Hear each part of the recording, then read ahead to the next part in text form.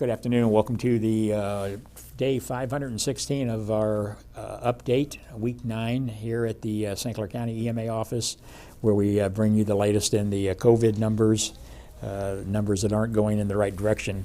Joined here with Chairman Mark Kern of the St. Clair County Board and Mila Blanford from the Health Department. And Mila, as I said, these numbers are definitely not going in our direction. You're right, Herb. They definitely are not in a good direction. For August the 5th through August the 11th, we have a total of 775 new positive tests out of a total of 6,537 tested for the reporting period. The age range of those individuals is under 10 to in their 80s. The county weekly positivity rate is at 12.3 with the 7-day rolling average match at 12.3. As of August the 8th, the regional positivity was at 10.2%. Unfortunately, we have 2 new deaths to report, a male in his 70s with known health conditions and a female in her 60s with unknown health conditions. Countywide, we have conducted a total of 408,612 tests, consisting of 34,755 positives and 373,612 negatives.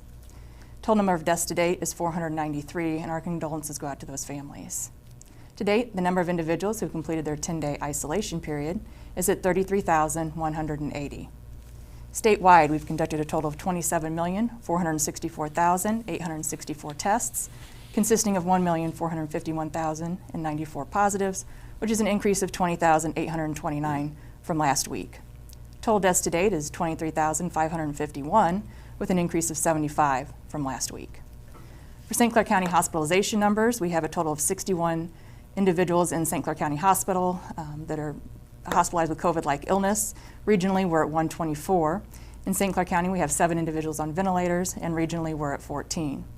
For congregate care, announcing those in outbreak status, Brea Belleville has 3 new cases, Freeburg Care Center has 4 new cases, and Mercy Rehab in Swansea has 2 new cases. We continue to offer testing throughout the county, Monday, Wednesday, Friday, and Saturday at St. Clair Square.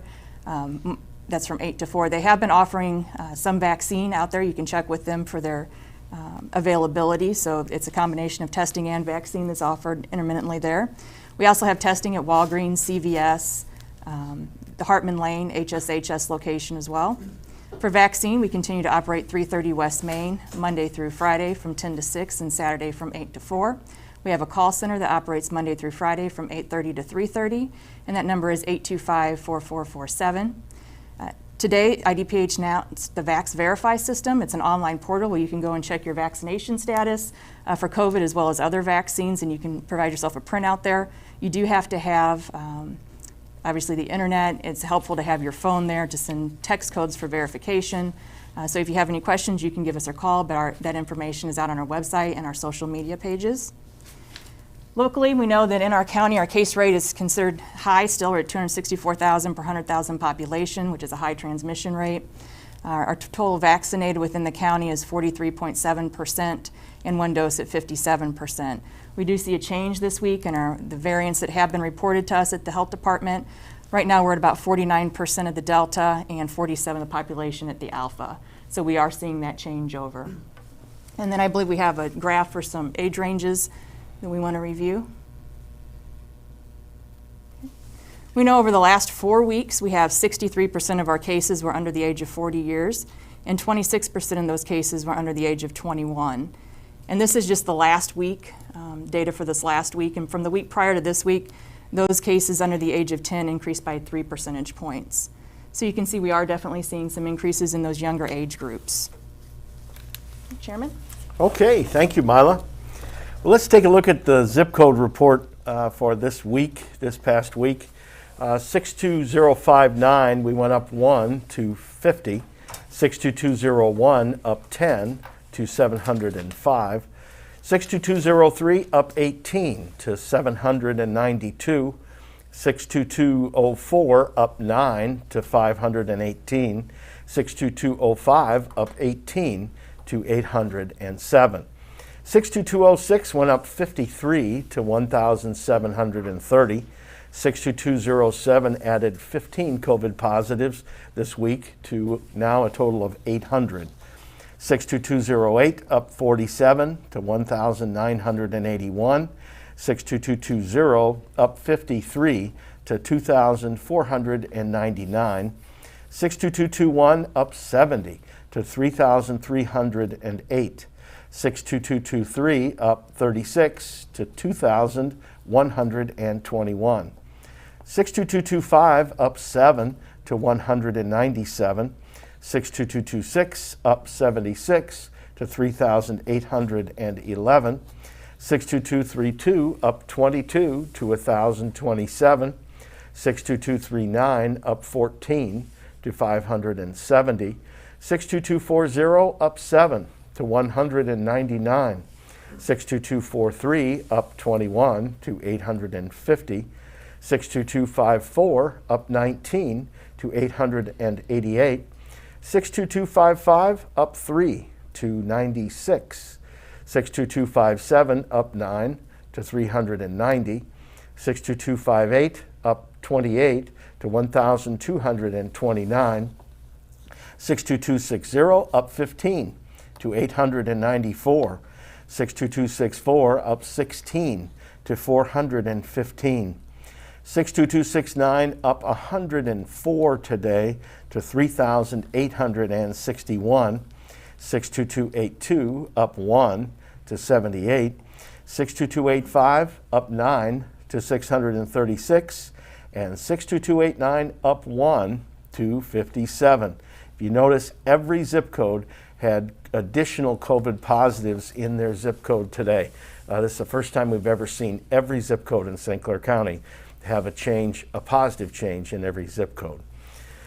So this really warrants discussion because here we are sitting with our daily briefing on the 11th of August, week 9, since we've been doing weekly briefings, and we are seeing the numbers changing and headed in the wrong direction. So today we bring back to the program with Dr. Jeff Schaefer.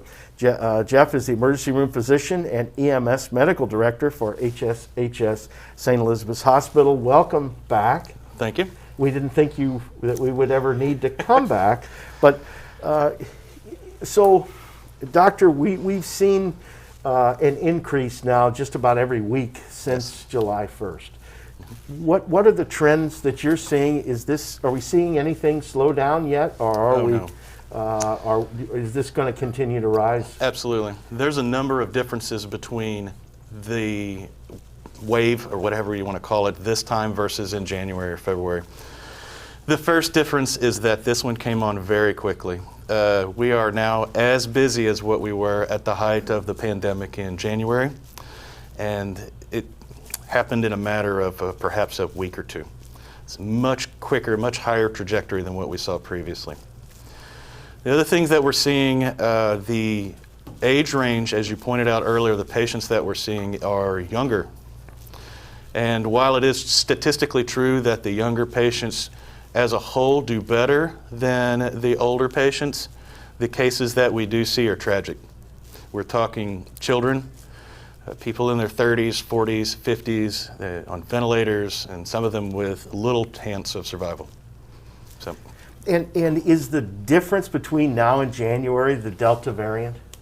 I'm sure that's partly to blame. The other thing that we've noticed is that now that we have the majority of our older population vaccinated, we see very few of those this round. It's almost entirely young adults, people with children and young families, working class, working age individuals.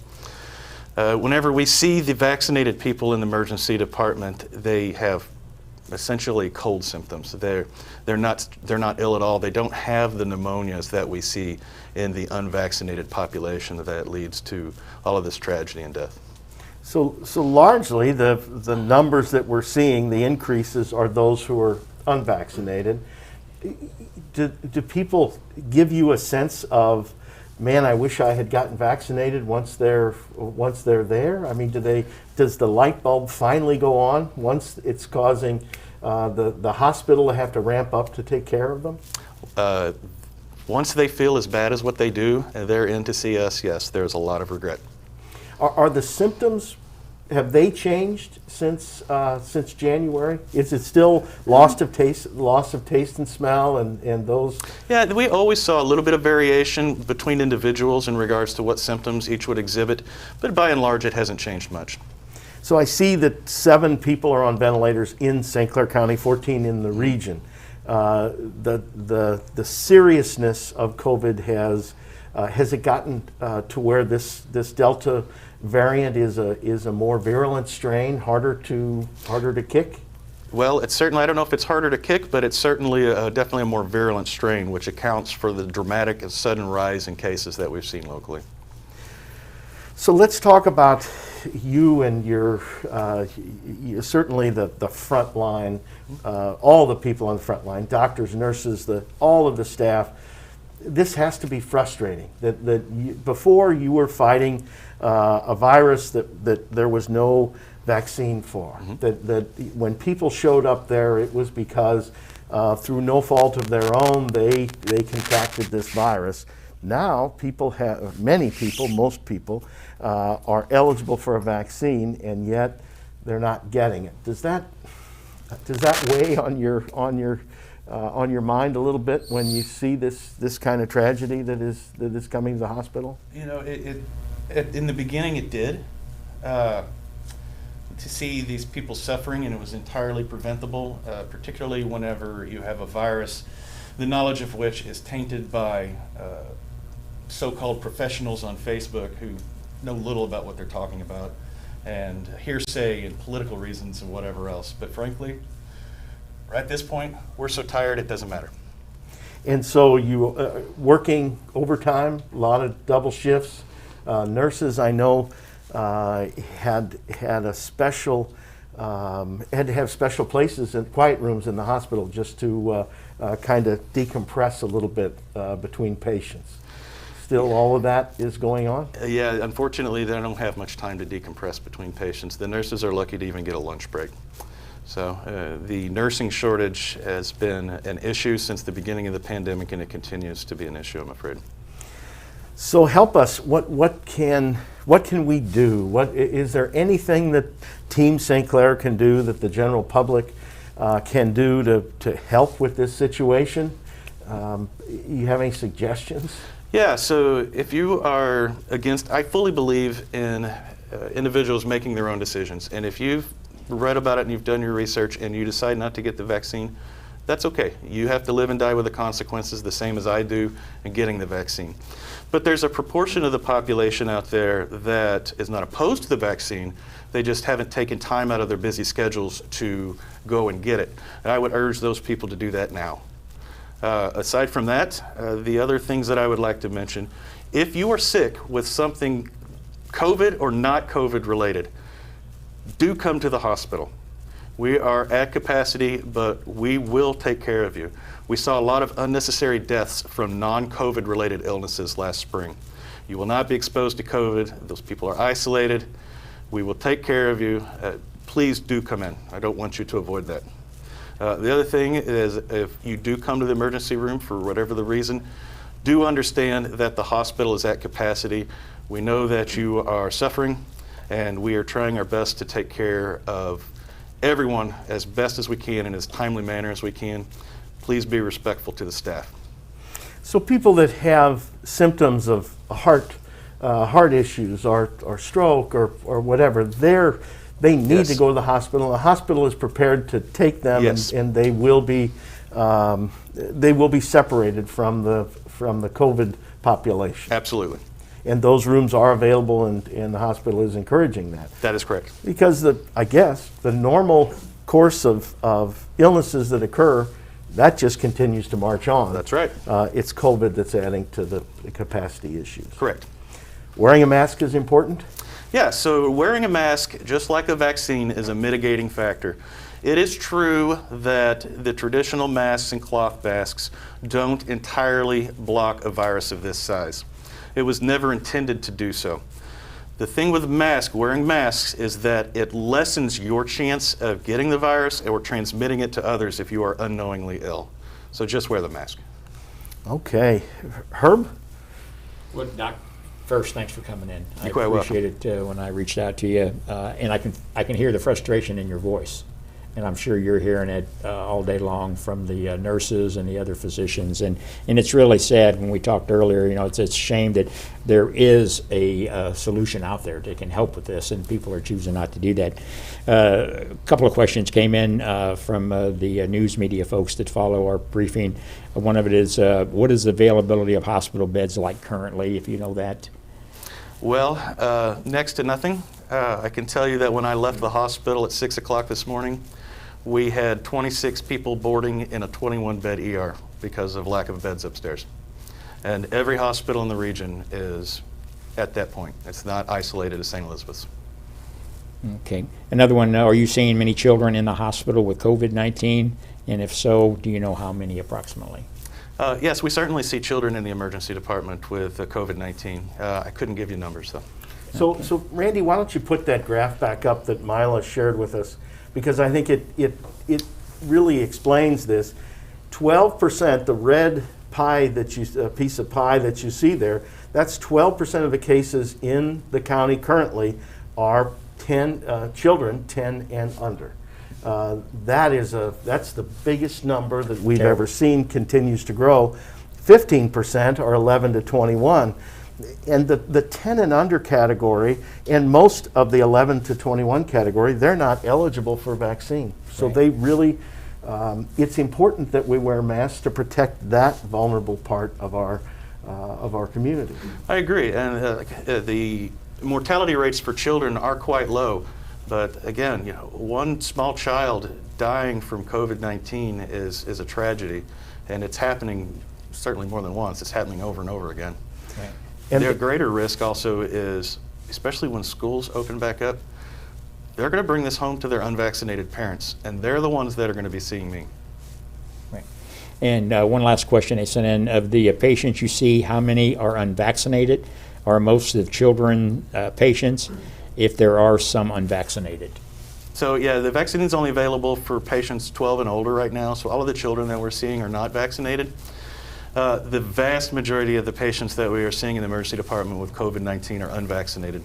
The ones that we are seeing that are vaccinated are, by and large, they're fine. They have a nasty cough, maybe they're a little bit dehydrated, but it's with rare exception that they get admitted. They almost always go home regardless of their age, 80, 90, whatever. And if they do get admitted, it's not for the typical COVID pneumonia that's causing these deaths. It's interesting that only 4% now of the cases are those 71 and above, That's right. because they were very faithful and got vaccine. They were lining up, as soon as the date was announced when the vaccine was available, we were taking appointments every day and filling up the rosters, and that was the category of people that got out there and got the vaccine. That's right. And it's working for them. Yes, it is. Well, Doc, and we again appreciate everything you and the staff at the hospital is doing, and I know I keep in touch with some of the frontline nurses that are just ready to scream because of what we're talking about here today, people just being darn right stubborn for whatever reasons, and we said that. We know there are people out there who have medical reasons that may not be able to, Sure. or religions, beliefs, but there is that percentage that you pointed out that aren't taking time out of their busy schedule, and we have done everything we can to make it as easy. The site at 330 West Main, all they got to do is pull in there and get it done, and it is an alarming statement that you made with school getting ready to start. What's going to happen when they bring that home to their parents and their grandparents who haven't been vaccinated? So for those of you, Team St. Clair, you are the ones who've been vaccinated, or I've seen some comments on there. People talking about, it's the borders, this, that, kind of like what the doctor said. Don't care what your political beliefs are. Don't care about all of that. What we do care about these numbers that we're showing you today, what Dr. Schaefer is sitting here, the man who is on the front line. If you can't hear it in his voice, then something's wrong with your hearing. And her, thank you, Dr. Schaefer, for being here today. No matter how frustrated the medical community may be, they're going to give 110%. They always do. 200%. There is no, there is nothing else that they can do. This is what they want to do. This is their chosen profession, and we sure appreciate all of that effort. So no matter how frustrated anyone gets, they're going to provide us the best care available anywhere in the world. It's going to happen right here in St. Clair County with our hospitals, and certainly in the region. Well, we're reporting 2 more deaths this week. 493 in the county. We're quickly approaching at 500 in our county alone. I mean, it's got to stop when we got a solution for it. 23,551 deaths just in the state of Illinois. And one other question, Doc, before we let you go and we get out of here. Sure. Flu season.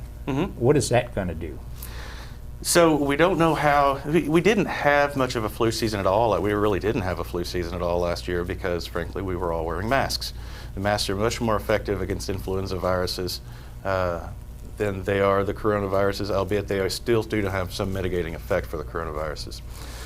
We don't know how it's going to interact if and when a person is infected with both influenza and COVID-19. The greatest concern that I have is that whenever a person becomes ill this winter, they're not going to know which it is. They perhaps might assume that it is influenza or common cold when in fact it is COVID-19, and a week later they're in dire straits or their family is. Right. So your message today, get vaccinated. That's right. That's right. So if you are on the fence, I would urge you to reconsider. If you simply haven't had time to do so, please make time to do so. I understand busy schedules of all people. I get it. And then for the rest of you, I'll see you soon. Boy, don't get much plainer than that, Chairman. You're not kidding. And I love you. We go way back, but I don't want to see you on a professional level. I understand. Okay. Well, that's our weekly report. And I say weekly, and I'm not so sure that it won't be daily soon if it keeps going this way. For those of you who are out there that know somebody who hasn't been vaccinated, please, I beg of you, try to convince them, family members, your neighbors, whatever it may be, because we will not get this thing back to where it was if we don't get these numbers going back the opposite way. So we will be back next week unless something continues to happen the way it is. Just hope everybody appreciates Dr. Schaefer coming in here, and take that to heart, what he's telling you. He's speaking not only for himself, but for every other medical person that's out there, that if you don't become a part of the solution, you're going to be seeing them on a professional level. We'll see you next week.